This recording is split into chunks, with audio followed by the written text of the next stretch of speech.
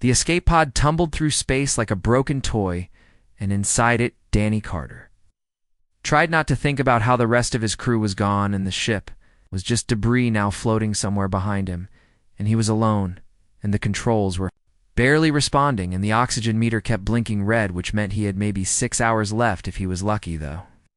Pod shuddered and groaned as it entered atmosphere without proper shields, and Danny strapped himself in tighter and closed his eyes and waited for either a landing or death, and honestly at this point, he wasn't sure which one he preferred, because being the last human alive in this sector of space felt worse than just ending it all quickly.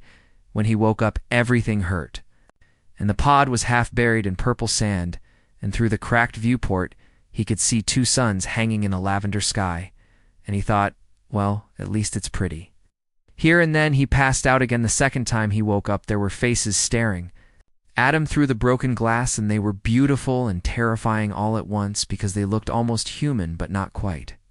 And they were tall, so very tall, and their skin had this faint blue shimmer to it, like someone had dusted them with sapphire powder, and their eyes were too large and too bright and completely black from edge to edge. One of them reached through the viewport in her hand, as gentle as she touched his face, and she said something in a language that sounded like wind chimes and water flowing over rocks, and Danny tried to speak, but his mouth was too dry and his head was pounding, and then everything went dark again. He woke up on soft fabric that felt like silk but warmer, and there were walls around him, made of something that looked like woven light, and the ceiling moved slowly like it was breathing, and he sat up fast, which was a mistake, because his ribs screamed at him and he fell back down. Gasping, the woman who entered was easily 7 feet tall, and she moved with the grace of a dancer, and her hair fell past her waist in waves of silver and midnight blue, and she knelt beside him. She put her face level with his, and she smiled, and it was the saddest smile he had ever seen. She touched a device on her wrist, and suddenly he could understand her, and she said, "Welcome, human, and we are sorry for what happened to your people." And Danny felt tears burning his eyes, because how did she know about his people? And she said, "We saw the battle, and we saw your ship fall, and we found only Udani learned that this planet was called Kirithia, and the people here were the Kirith, and they were all women, every single one of them, and there hadn't been a male of their species in 3 generations. And their race was dying slowly, and they had searched the stars for answers, but found nothing until Danny fell from the sky. The woman who had found him was named Lysa, and she was kind in a way that made his chest hurt because he hadn't been treated gently in so long, and she brought him food that tasted like honey and starlight, and she stayed with him while he ate and answered his questions in her soft, musical voice. The Kirith had been warriors once, Lisa explained, and they had fought wars across galaxies, and they had won every battle, but victories came with prices, and the price they paid was in their genetics, and their males began to die younger and younger, until none were born at all, and now they were a civilization of women waiting for extinction. Danny asked why they saved him, and Lysa looked away, said, "Because you are alone like we are alone, and because maybe the universe sent you here for a reason." And Danny laughed bitterly and said, "The universe doesn't send anyone anywhere. It just throws people around until they break." But Lysa didn't argue. She just sat with him in the quiet, and eventually Danny stopped laughing and started crying, and she held his hand while he did and didn't say anything because some pain was too big for words. Days passed, and Danny healed slowly, and the Kirith gained space in their village, which was built into the side of a mountain, and everything here seemed to glow with its own light. And he walked among these tall, beautiful alien women and felt like a child lost in a dream. He met others, and they all had that same sadness in their black eyes, and they all moved with that same grace, and they all treated him with careful kindness, like he was something precious and breakable. And maybe he was, because every night he dreamed of his crew burning in space, and every morning he woke up gasping. Lisa took him to the elders, and they sat in a circle in a room made entirely of crystal that hummed when people spoke. And the eldest among them was called Mara, and she looked at Danny with eyes that had seen centuries pass, and she said, "We have a proposal for you." Human Mara explained that the Kirith had technology beyond anything humans had dreamed of, and they had studied genetics for thousands of years, and they believed that perhaps with Danny's human DNA, They could find a way to save their species and create new life, and all they asked was his cooperation. Danny sat there trying to process what she was saying, and he asked, "What kind of cooperation?" And Mara smiled, that same sad smile they all had, and said, "We would need you to father children with our women and help us understand human genetics, and in return, we would give you a home here for as long as you wished." To stay, the room was silent, except for the crystal humming, and Danny thought about Earth, which was so far away it might as well not exist. And he thought about his crew who were definitely dead.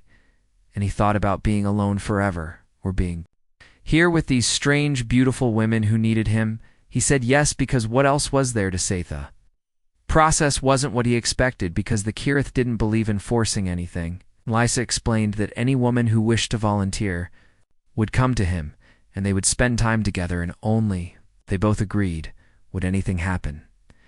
And it was all very civilized, and somehow that made it more surreal. The first volunteer was a woman named Kira, who was a botanist, and she grew plants that glowed in the dark, and she was nervous, which surprised Danny, because she was 8 feet tall and could probably break him in half, but she sat across from him in his quarters and twisted her fingers together and asked him about Earth.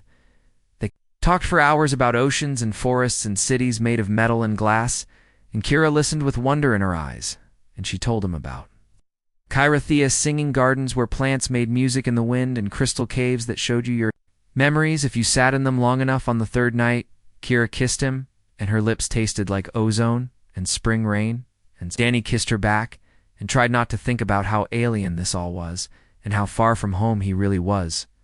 Months passed, and Danny settled into a rhythm that felt almost like living, and he spent time with different Kirith women, and each one was unique and fascinating, and they taught him their language and their customs, and slowly the dreams of fire and death came.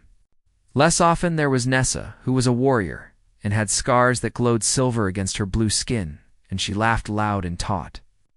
Danny had a fight with energy blades, and she kissed him after sparring sessions when they were both breathless. And bruised there was Vera, who was an artist and painted pictures with light itself, and she was quiet and thoughtful, and she would trace patterns on Danny's skin while she told him stories about the old wars and the heroes who never came home there.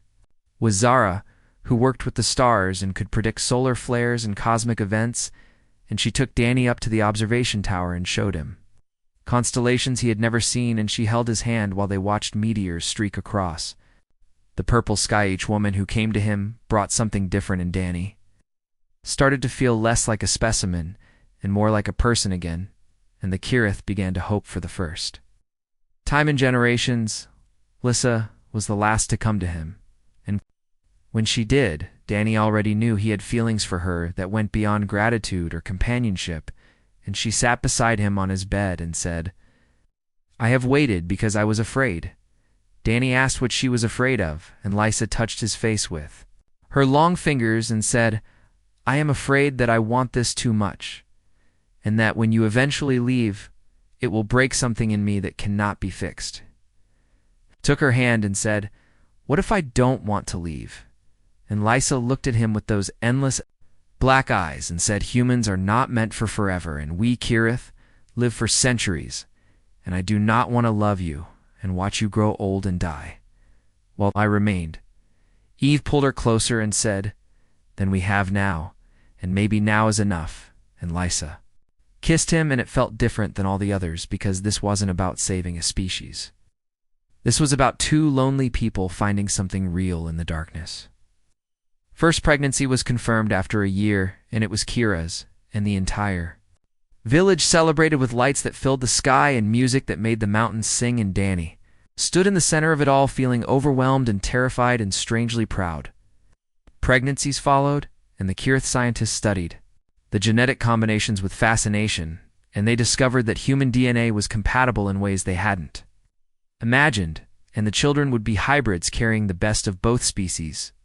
Donnie watched Kirith women grow round with life, and he felt the weight of responsibility and hope and fear all tangled together, because what if the children were born wrong, or what if they didn't survive, or what if he had just given these women false hope?